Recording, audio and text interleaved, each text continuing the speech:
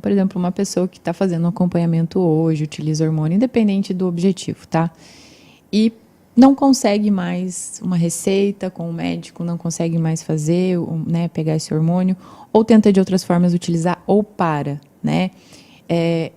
Quanto tempo o organismo dessa pessoa demora para voltar a uma produção natural hormonal? E é legal você explicar também, doutora, que quando utiliza esse hormônio, o corpo muda a produção, né? Acho que para as pessoas entenderem também o que acontece quando a pessoa utiliza o hormônio, o que acontece dentro do nosso corpo e quando ela para também, como que o nosso corpo responde a essa queda também, né? Então, vamos separar um pouquinho ali. A parte mulher, tá? Mulher, quando está usando algum tipo de hormônio, no geral, ela não tem nenhuma, que a gente chama de inibição de eixo. Pode acontecer, mas no geral não tem uma inibição, então a gente não precisa fazer nenhuma terapia pós-ciclo, terapia pós-uso hormonal. No geral, nas mulheres isso não acontece. Então, parou de usar, vida que segue, né? Já nos homens, a coisa não é muito assim, não é bem assim. Os homens, quando eles estão fazendo uso de hormônio de fora, hormônio, né, exógeno ali, eles precisam, o que o corpo vai entender? Que ele não precisa mais produzir o próprio hormônio, né? Então, o testículo, enfim, todos os sinaizinhos ali, o homem vai parar de ter a produção endógena dele, a produção própria, e vai ficar só com esse hormônio de fora.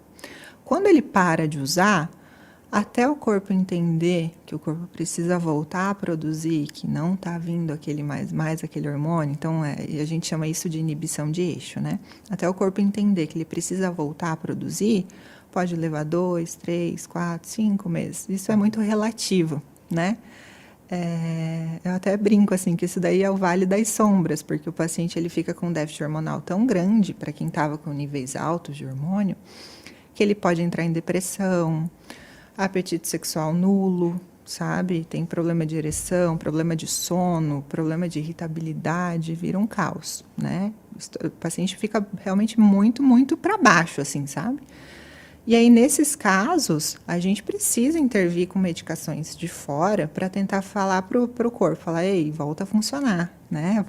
Você precisa voltar a produzir.